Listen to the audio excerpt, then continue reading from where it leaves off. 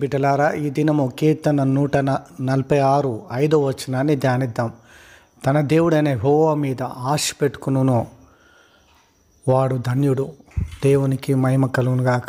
దేవుని బిడ్డలారా, ఎవరైతే దేవుని మీద ఆశ పెట్టుకుంటారో వాడు ధన్యుడు అని వాక్యం సెలవిస్తూ ఉంది.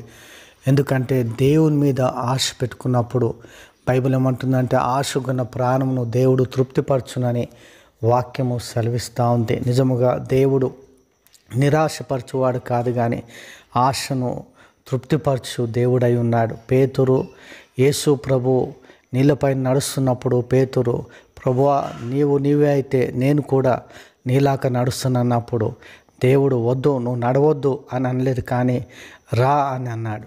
దేవుని బిడ్డలారా, పేతురు నీళ్ళ మీద నడిచినాడు. దేవునికి మహిమ కలుగును గాక. దేవుడు ఆశగున్న ప్రాణమును తృప్తిపరచువాడు. దేవుడు ఎప్పుడు కూడా తన బిడ్డలను నిరాశపరచడు. కాబట్టి ఆయన చిత్తానుసారముగా మనం ఏది అడిగినను అది మన మనవి ఆలకించుననుదే మన ధైర్యము అని వాక్యం సెలవిస్తూ ఉంది. దేవుడు మనల్ని, దేవుని బిడ్డలారా, మన ఆశను నెరవేర్చువాడని, తృప్తిపరచువాడని మరవకూడదు. దేవుని మీద ఆశ పెట్టుకుంటే ఆశ నెరవేరుతుంది. దేవునికి మహిమ కలుగును గాక. దేవుడు మనందరి ఆశను తీర్చును గాక. ఆమేన్.